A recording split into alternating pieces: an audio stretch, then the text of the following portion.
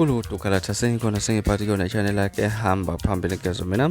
ngofeza ngotuthu wakho malo bathi ilaspa namagumede mhlawumbe uthi usemusha la ekhaya uzophinde ngicela nje ukuthi uyasubscribe ungakhohlwa ukucomment nokulike kanjalo futhi nokushare okukhona okukhulu kunakho konke bafethu usomlomo ANC kwishamthetho sase Free State uZanele Sifuba uvulelwe wesilisa iCala lokusabalala video iyocansi le video ebizungeze ezinkundleni zokuxhumana izolo eshiya abaningi beshaqakile ngalokhu abakubonile lokhu imbiko lo wesifazana ugelo ngowesilisa okukholakala ukuthi uyisoka lakhe lidabuke eNigeria ekade lifuna likhokhela imali engango 300,000 wamarand ukuze lingayisabalalisi le video yakhe ngcono kuthiwa ke uSifuba unqabile ukukhokha le mali ingakho lo uMlisa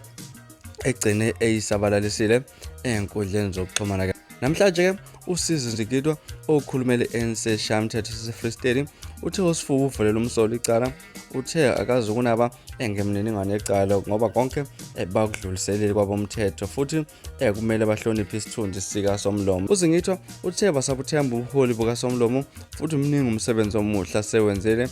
futhi basakhohlwa ukuthi nguyena umuntu owafanele lo msebenzi awenzayo. Bafethu ke izona indaba ezihamba phambili ukuthi usevulelwe iCala elosabalalisele video ekasomlomo oweshamthetho esifundazwe sase Free State lapha ivideo yocansi kade impela itrend enkundleni zokuxhumana ke wona mhlawumbe ke uthini kwakho ukuphala ngalolu daba ake siphinde futhi sibona lapha na comment section sexoxe ngayo le ndaba mhlawumbe futhi ke mangabe uthi awayiboni le video ungakhohlwa lapha kuyong inboxa ekhasini lami ku Facebook @RightAnkezo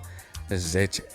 bese ke ngizobe sengikusendela yona le video ngazokuthi ningakhohlwa ukusubscribe nokulike kanjalo futhi nokushare okukhona okukhulu kunakho konke nisiphatha kahle noma nosulumnandi